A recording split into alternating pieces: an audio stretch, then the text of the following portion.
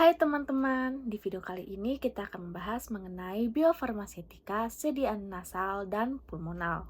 Pertama, kita membahas mengenai jalur nasal. Ada tiga zona penting di hidung. Yang pertama ada zona vestibulum. Ini merupakan gerbang utama yang berfungsi menyerap partikel, tapi di sini tidak terjadi absorpsi obat. Yang kedua ada zona respiratori, di mana ini merupakan target utama untuk efek sistemik karena vaskularisasi darahnya sangat padat dan areanya yang luas. Lalu yang ketiga ada zona olfaktori. Nah, ini adalah jalur langsung ke otak melalui saraf olfaktori tanpa harus melewati blood-brain barrier. Udara yang kita hirup biasanya masuk lewat rongga hidung, di mana udara tersebut disaring, dilembabkan dan dihangatkan oleh lapisan mukus. Mukus ini tebalnya sekitar 5-20 mikrometer dan fungsinya ini untuk menjebak partikel asing atau mikroorganisme. Di hidung juga ada yang namanya selia atau rambut-rambut halus yang terus bergerak mendorong mukus ke arah belakang atau nasofaring. Proses ini disebut mucociliary clearance yang membentuk semacam eskalator mukosiliar untuk membersihkan saluran napas. Lalu kita masuk pada saluran pulmonal. Jadi saluran ini bisa dibayangkan sebagai pohon yang terbalik. Struktur ini punya tingkat percabangan yang kita sebut sebagai generasi. Dimulai dari trakea sebagai generasi 0, lalu percabangannya itu akan terus berlanjut sampai ke alveoli di generasi ke-23. Nah, seiring bertambahnya generasi, fungsinya berubah. Bagian awal cuma jadi saluran penghantar udara, tapi semakin ke ujung fungsinya berubah total menjadi tempat pertukaran gas dan tempat absorpsi obat. Alveoli menjadi target penting pengantaran obat pulmonal karena memiliki keunggulan arsitektural yang sangat mendukung absorpsi. Pertama, alveoli memiliki luas permukaan yang sangat masif sekitar 70-140 meter persegi. Luas permukaan yang besar ini memberikan area kontak yang sangat luas bagi partikel obat untuk terdeposisi dan diabsorpsi. Kedua, karena alveoli ini memiliki vaskularisasi total yang sangat tinggi, bahkan menerima hampir 100% cardiac output oleh aliran darah dari jantung. Jadi, ketika obat ini mencapai alveoli dan terabsorpsi, obat dapat dengan cepat masuk ke sirkulasi sistemik dan menghasilkan efek yang cepat pula. Lalu kita masuk ke biofarmasetika sediaan nasal. Keuntungan dari sediaan ini adalah absorpsinya sangat cepat, langsung masuk ke sirkulasi sistemik, dan yang paling penting adalah bypass first pass metabolism di hati. Jadi bioavailabilitasnya itu tinggi dan bisa langsung ke sistem saraf pusat. Untuk tantangannya, lendir hidung kita ini selalu diperbarui tiap 10-20 menit. Jadi obat cuma punya waktu singkat untuk menempel. Lalu ada enzim seperti sitokrom P450 yang bisa merusak obat sebelum terserap.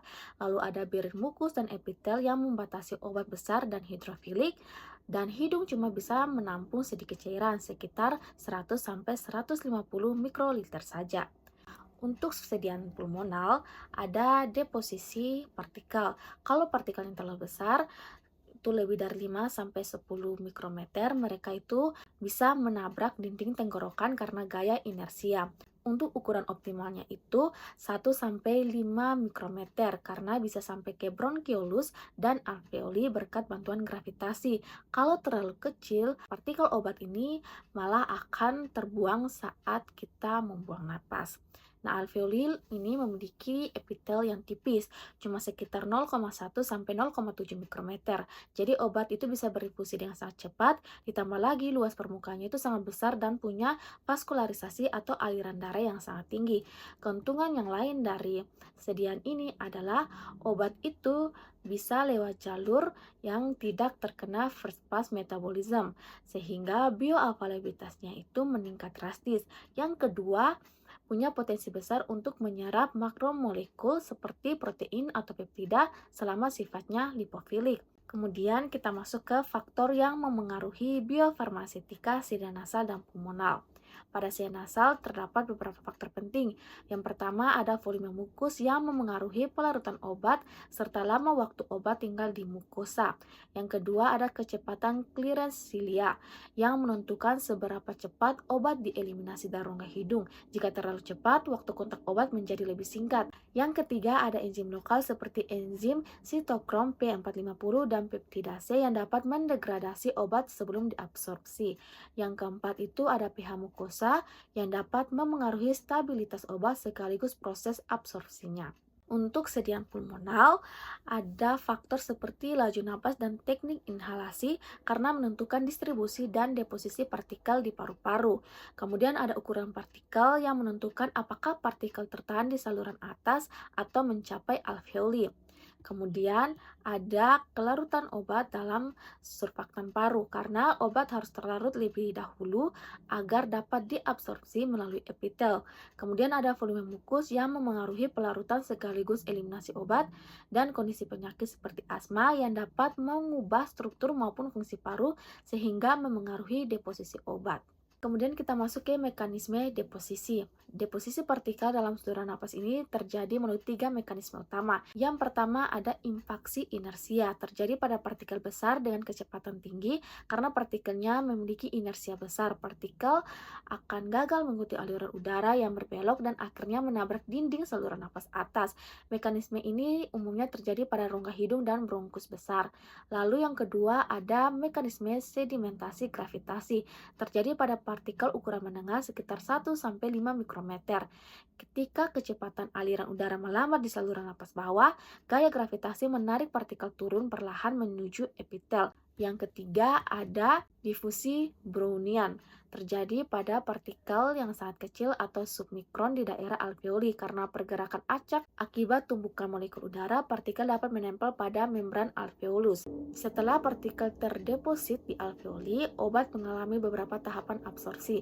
Pertama, obat larut terlebih dahulu dalam lapisan surfaktan dan mukus pada permukaan alveoli. Kedua, obat berdifusi melalui epitel alveoli. Setelah itu, obat menembus membran basal lalu masuk ke sirkulasi pulmonal. Proses transport ini dapat terjadi melalui 3 jalur. Yang pertama ada transport transseluler. Obat melewati membran sel secara difusi pasif, terutama untuk molekul yang lipofilik. Yang kedua ada transport paraseluler. Obat melewati celah sempit antar sel, umumnya untuk molekul yang kecil. Lalu yang ketiga ada transport endositosis. Ini untuk makromolekul tertentu melalui pembentukan vesikel transitosis. Parameter bioavailabilitas dan bioekivalensi pada sediaan inhalasi. Pertama, terdapat tantangan ekstrapolasi hewan uji. Hewan seperti rodensia memiliki anatomi saluran napas yang berbeda dengan manusia, sehingga hasil penelitian tidak selalu bisa langsung diterapkan pada manusia.